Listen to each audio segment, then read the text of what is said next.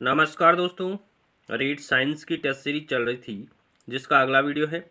देखिए आज की वीडियो का पहला प्रश्न, प्रोटियम में न्यूट्रॉन की संख्या कितनी है। किसमें प्रोटियम है वो हाइड्रोजन का समस्थानिक है और उसमें न्यूट्रॉन की संख्या कितनी है, तो 0 होती है। प्रोटियम में न्यूट्रॉन नहीं होती है।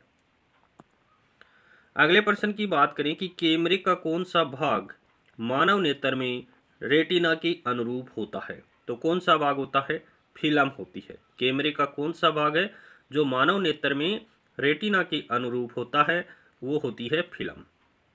अगले प्रश्न की बात कर लेते हैं कि एक्स किरणें बनी होती है, तो एक्स किरणें हैं वो ऋणावेशित कणों से निर्मित होती है। अगला प्रश्न देखिए, जब एक्स किरणें किसी धातु की सतह पर गिरती है तो सतह से उत्सर्जित होता है। जब एक्स किरणें किसी धातु की सतह पर गिरती है तो धातु की सतह के द्वारा इलेक्ट्रॉन उत्सर्जित होते हैं। अगले प्रश्न की बात कर लेते हैं कि एक्स किरणों का उपयोग होता है, तो एक्स किरणों का उपयोग किसमें किया जाता है, हीरे तथा बहुमूल्य पत्थरों में कमियां निकालने के लिए एक्स किरणों का उपयोग किया जाता है। अगला प्रश्न देखिए, एक्स किरण का अवशोषण निम्न अभिन्न चद्रों में से किसमें अधिकतम होगा। एक्स किरणों का अवशोषण किसमें सर्वाधिक होगा, तो शीशे की चादर में एक्स किरणों का अवशोषण सबसे ज्यादा होगा। अगले प्रश्न की बात करें कि जब किसी कमरे में रखी हुई वस्तु पर एक्स किरणें आपतित होती है तब वे प्रतीत होती है। किसी कमरे में कोई रखी हुई वस्तु है और उस पर यदि एक्स किरणें गिराते हैं तो वो वस्तु दिखाई नहीं पड़ती है।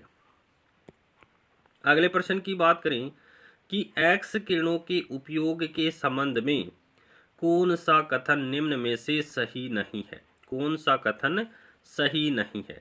देखिए, अस्थि भंग का पता लगाने में एक्स किरणों का उपयोग किया जाता है, बिल्कुल सही बात है। गिल्टी का इलाज करने में भी एक्स किरणों का उपयोग किया जाता है और हृदय रोग का पता लगाने में भी एक्स किरणों का उपयोग किया जाता है। आंखों में परावर्तन ठीक करने में एक्स किरणों का उपयोग नहीं किया जाता है। ऑप्शन 4 यहाँ पर करेक्ट हो जाएगा। अगले प्रश्न की बात करें कि एक्स किरणों को प्रयुक्त किया जाता है। एक्स किरणों को प्रयुक्त किया जाता है फेफड़ों में टीबी के द्रव्यमान रेडियोग्राफी द्वारा संसूचन में, बिल्कुल किया जाता है। रेडियोथेरेपी द्वारा कैंसर के इलाज में एक्स किरणों का उपयोग किया जाता है। पेट के अल्सर को ज्ञात करने के लिए भी एक्स किरणों का उपयोग किया जाता है। तो उपयुक्त सभी है उनमें एक्स किरणों का उपयोग किया जाता है।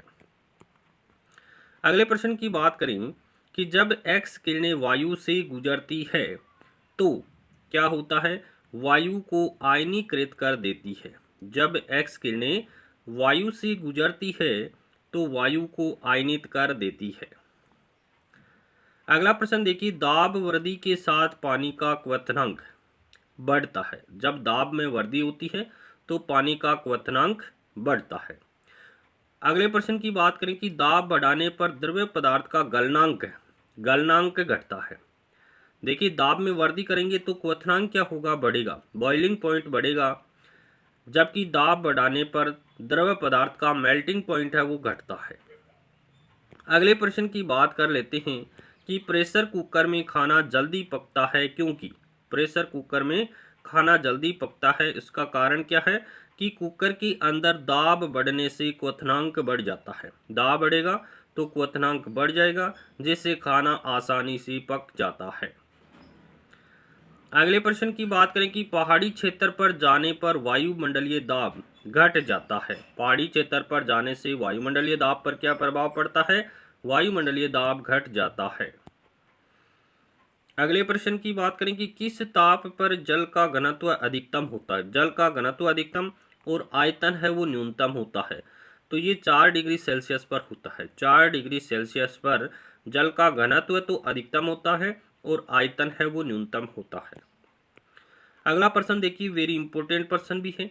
यदि एक चालक तार की लंबाई बढ़ा दी जाए तो उस चालक तार की प्रतिरोधकता, जिसको विशिष्ट प्रतिरोध भी कहते हैं, का मान अपरिवर्तित रहेगा।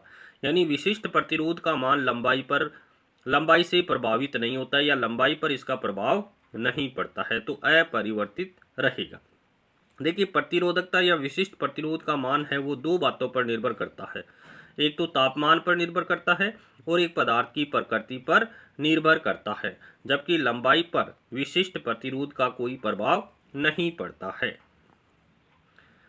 अगले प्रश्न की बात करें कि स्प्रिंग को अपनी सामान्य लंबाई पर वापस लौटने के लिए लगने वाले बल को क्या कहते हैं? तो प्रत्यानयन बल कहते हैं। स्प्रिंग को अपनी सामान्य लंबाई पर वापस लौटने के लिए लगने वाले बल को क्या कहते हैं? प्रत्यानयन बल कहा जाता है। प्रत्यानयन बल क्या होता है?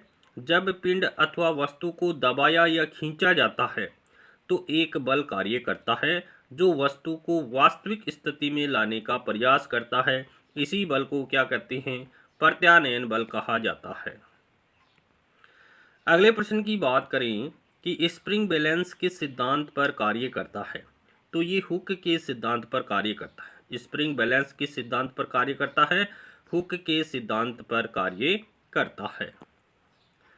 अगला प्रश्न देखिए, प्रत्यास्थ सीमा के अंदर ठोस वस्तुओं में उत्पन्न प्रतिबल विकृति के समानुपाती होता है, इसे कहते हैं। तो इसे हुक का नियम कहते हैं। हुक का नियम क्या कहता है?